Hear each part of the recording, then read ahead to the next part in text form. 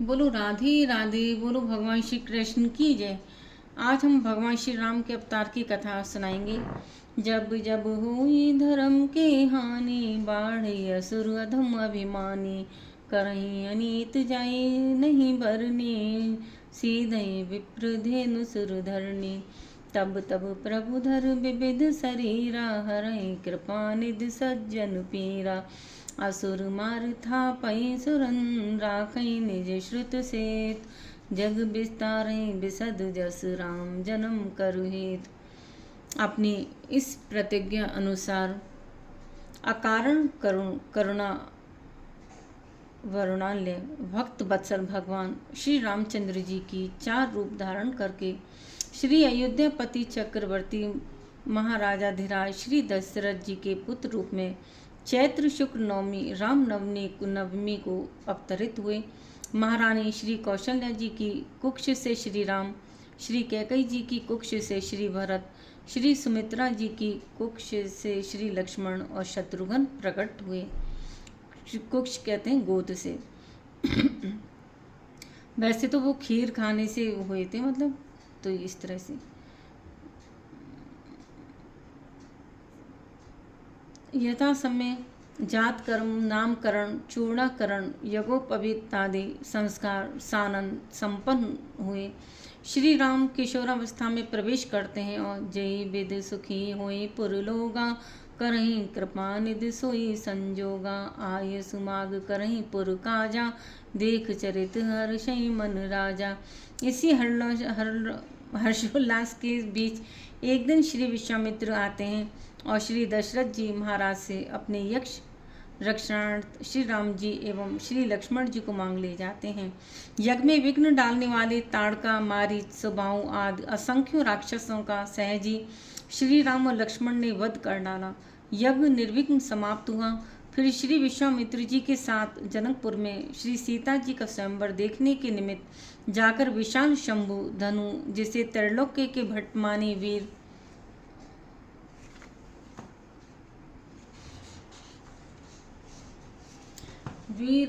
डिगा भी न सके थे, उसे श्री राम जी ने मध्य से ऐसे तोड़ डाला जैसे मतवाला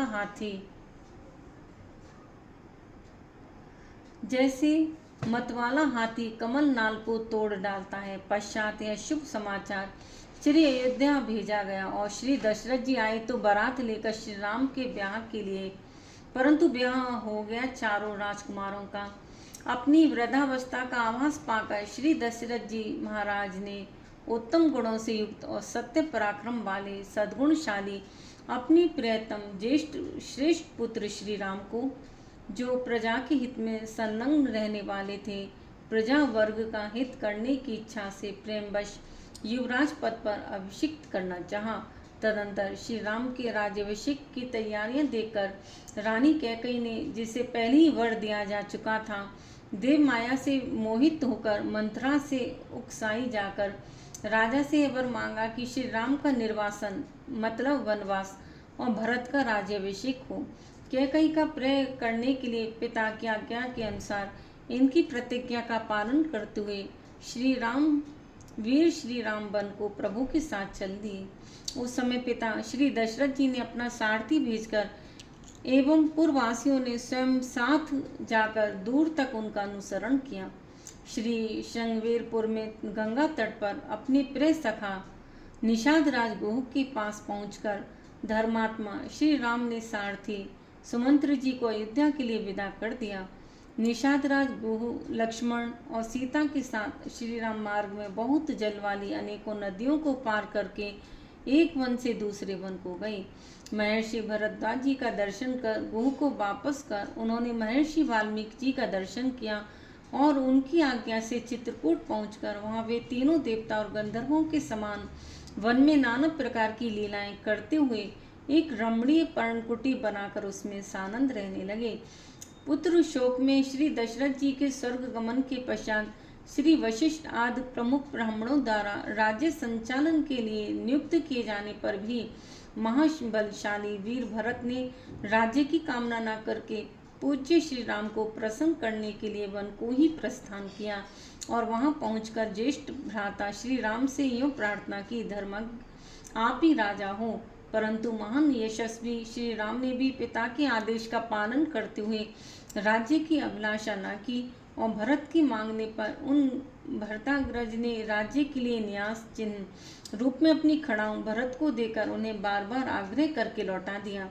श्री भरत ने श्री राम के चरणों का स्पर्श किया और श्री राम के आगमन की प्रतीक्षा करते हुए वे नंदीग्राम में रहकर राज्य कार्य संभालने लगे। श्री भरत के लौट जाने पर सत्य प्रतिज्ञ श्री राम ने वहां पर नागरिकों का पुनः आना जाना देखकर उनसे बचने के लिए दंडकार वन में प्रवेश किया। उस महान वन में पहुंचने पर महावीर श्री राम ने विराध नामक राक्षस को मारकर श्री शर भंग सुतीक्ष्ण अगस्त आदि मुनियों का दर्शन किया। श्री राम ने दंडकारण्यवासी अग्नि के समान तेजस्वी उन ऋषियों को राक्षसों के मारने का वचन दिया और संग्राम में उनके वध की प्रतिज्ञा की।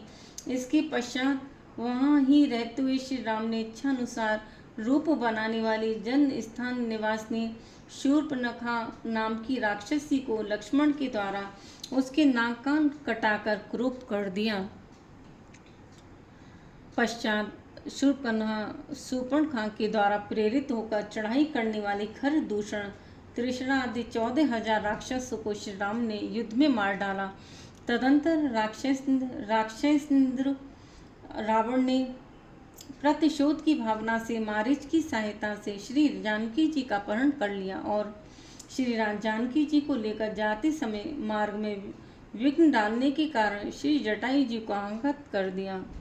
पितृवत पूज्य जटायु के द्वारा ही श्री राम जी को श्री जानकी जी का पता मिला। तब अपनी गोद में प्राण त्यागे हुए श्री जटायु जी का अग्नि संस्कार कर वन में श्री सीता जी को ढूंढते हुए उन्होंने कबंध नामक राक्षस को देखा तो उसे भी तत्काल मारकर शुभ गति प्रदान की। कबंध के द्वारा संकेत पाकर श्री राम परम भागवती शबरी जी के यहाँ गए। उसने इनका पूजन किया।